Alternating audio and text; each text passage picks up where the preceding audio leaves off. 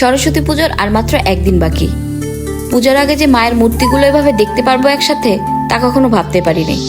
Event শেষ করে কিছুটা সময় বের করে একটু রমনা কালী মন্দিরে চলে আসলাম। তখন দেখি এখানে অনেকগুলো সরস্বতী মূর্তি। কিছু মূর্তির কাজ একেবারে কমপ্লিট, আবার কিছু মূর্তির কাজ একদমই হয়নি।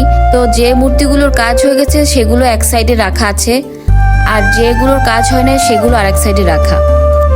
তো ঘুরতে ঘুরতে এত সুন্দর একটা জিনিস দেখতে পাবো সেটা ভাবতে পারিনি। পিরোজপুর থাকতে আমি পালপাড়ায় গিয়ে দেখতাম, কিন্তু এখন আমি রমনা কালী মন্দিরে এসে দেখলাম যে অনেকগুলো সরস্বতী মায়ের একসাথে মূর্তি বানানো হইতেছে। এখানে কিছু মূর্তি আছে যেগুলোতে রং করা বাকি, আরো অনেক কাজ বাকি, যেগুলো প্রস্তুত করতে করতে অনেকটা সময় লেগে যাবে। হাতে মাত্র একদিন বাকি আছে। আর রমনা কালী মন্দিরের পরিবেশটা আমার সবসময় ভালো লাগে।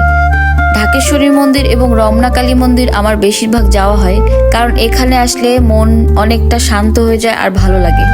সবই তো বড় মূর্তি দেখলেন, এই সাইডে রয়েছে ছোট ছোট মূর্তি যেগুলো দেখতে অসম্ভব সুন্দর। কাছে গেলাম না, দূর থেকে তুললাম। এইদিকে একজন খুব মনোযোগ সহকারে মায়ের চোখ আঁকছে।